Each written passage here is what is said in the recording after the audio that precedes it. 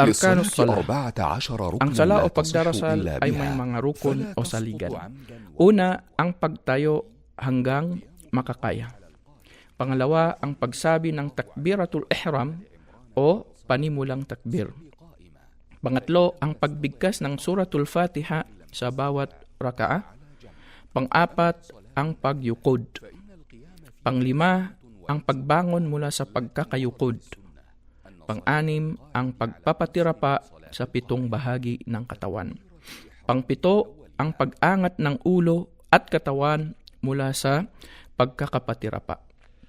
Pang-walo, ang pag-upo sa pagitan ng dalawang pagpapatirapa.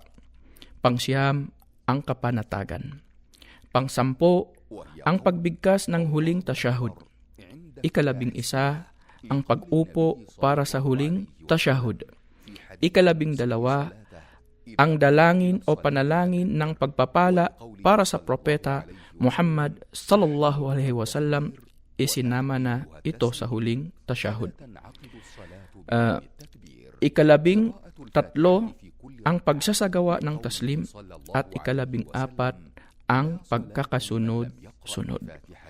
Kapag nakaligtaan ang isang saligan ng pasadya, ang sala o pagdarasal ay nawalan ng saysay.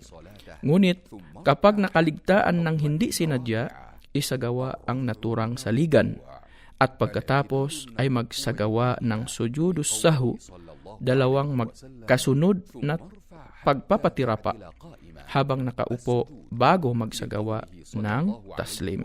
Wassalamu alaikum warahmatullahi.